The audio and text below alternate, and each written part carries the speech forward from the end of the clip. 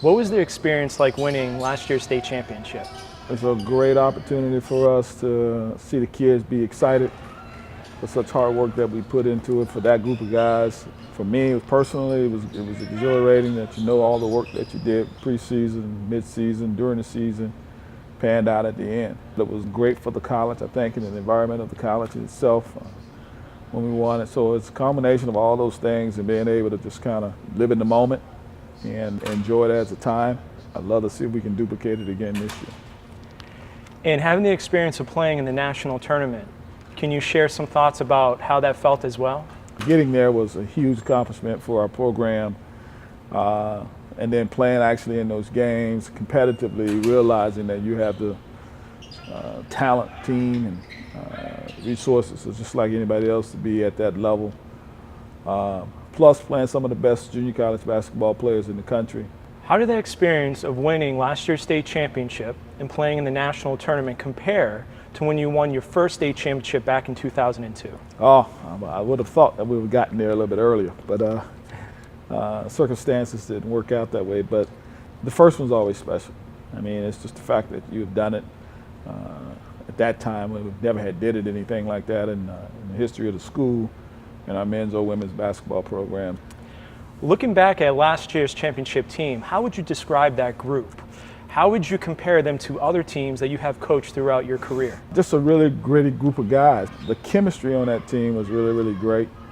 You had the right mix of kids in terms of talent, roles, and personalities on and off the court. Hopefully they had the same experience I had, which was having a day of enjoyment. I never had a bad day of practice. The energy level was great.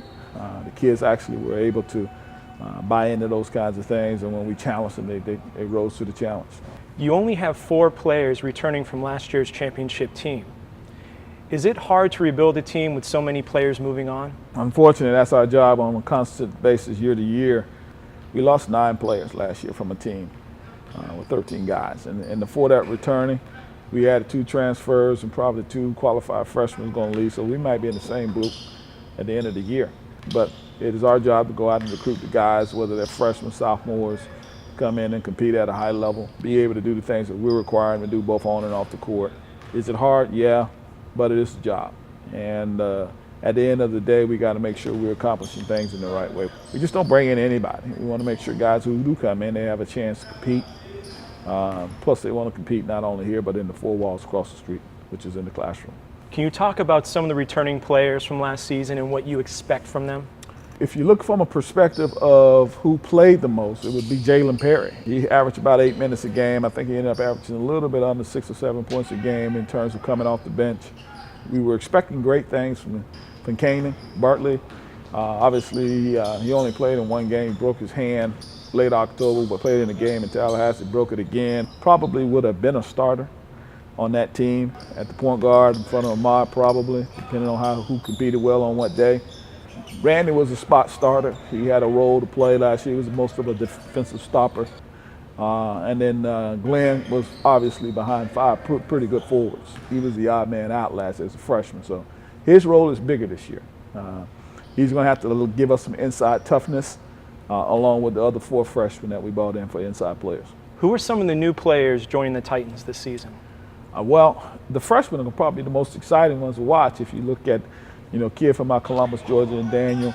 Melvin, he's about 6'4", athletic, shoots it really, really well. Trayvon Broadway, who's 6'3", 6'4", very athletic, has got high energy and is always going 100 miles per hour. Our backline guys, we haven't determined yet, but in terms of the hard work in the preseason so far, Samuel Luau, who's a 6'7" kid who's up from Nigeria originally, who played in Erie, Pennsylvania, has been working the hardest, I think, out of our post guys. In terms of his skill, I think he can do some things and rebounding the basketball for us and playing on the inside.